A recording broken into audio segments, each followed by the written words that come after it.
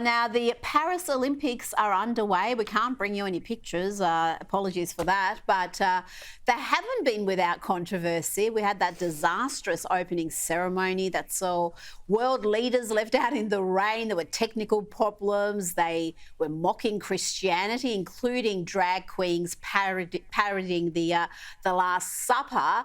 And then there was young children dancing with scantily clad men or trans women. And now a US tech company has cut ties with the Games over that opening ceremony, and a Catholic bishop has gone viral for this reaction. And it's in Paris, France, a city I love. I spent 3 years as a doctoral student there.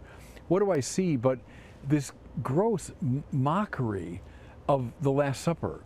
France, whose culture, and I mean the honoring of the individual and of human rights and of freedom, is grounded very much in Christianity, felt the right thing to do was to mock the Christian faith.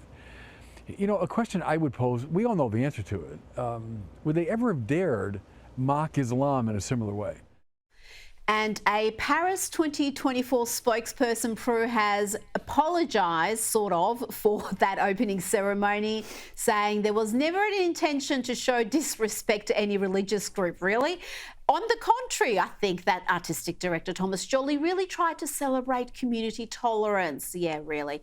I don't know about you, Prue, but I didn't sort of detect tolerance and inclusion in that. I saw just a lot of woke grandstanding and really lame performances. What was your opinion of the opening ceremony? It was certainly very long, you've got to say that. Yeah, it was. Look, I'm a bit of a Francophile, and I love the avant-garde side of France. So to me, I didn't take it the way most people have. I thought it was the feast of Dionysus, the Olympic god of wine and pleasure, etc.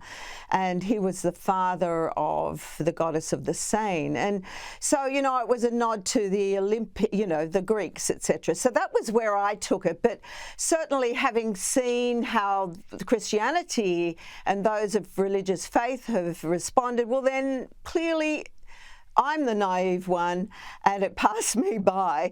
And I feel that if they were offended, then they deserve an apology. I mean, imagine if it had been Islam that was mocked. I mean, my God, we would have fatwas a million miles an hour.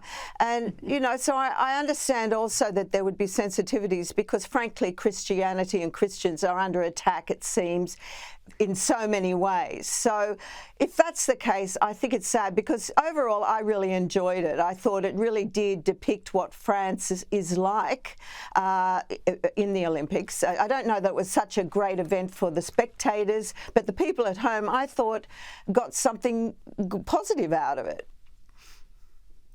Well, I'm glad you enjoyed it. You are, I think, in the minority. From what I've heard, you may be the only one, judging by some of the commentary we've heard, some of the feedback on social media and elsewhere.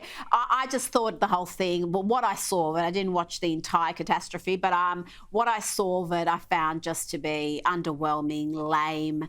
The mocking of Christianity, I didn't think it was even clever. And if you're going to do that, if you're going to go in that space and risk offending millions of people, then at least be very good about how you do it. And I thought it was done in a very clumsy fashion. So, yeah, I wasn't a fan, but, we have all sorts of opinions on this program. And I'm interested in your opinion, too, about this next story, because a Eurosport veteran Olympic commentator has been sent home. He's been condemned for what is being called a sexist remark made about Australia's gold medal winning freestyle relay teams. Now, broadcaster Bob Ballard was heard saying, and I quote here, "Well, the women are just finishing up. You know what women are like, hanging around doing their makeup."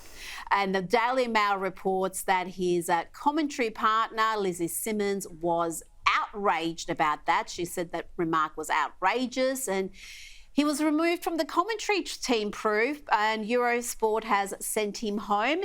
How do you see it? It's very hard to judge because without actually hearing it and seeing if it was said in jest and if there was humour or whether it was a serious comment that was had some sort of a nasty undertone to it. But just reading it on paper, to me, that doesn't seem like a sacking offence. Is that a sexist remark?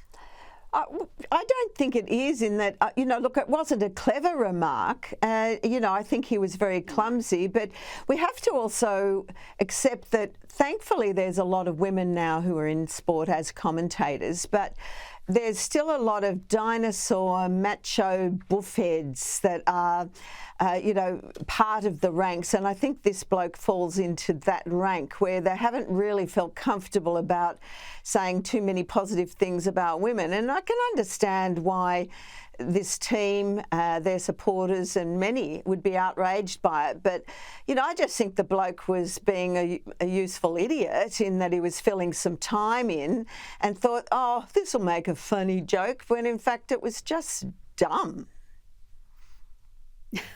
It was, but I mean, to me, it was a sort of a silly comment. I mean, they've just won a gold medal. They can take their time doing whatever they want to do. But I don't know. Again, I think it's all about tone and delivery, and reading it on paper, to me, it's a dumb comment. It's not necessarily a sexist comment that deserves to see a veteran commentator fired and sent home. But maybe I'll reserve judgment until we can actually play the audio. We can't even show you some of these pictures. So many restrictions, Prue McSween. But thank you so much for your time. We always appreciate your insights.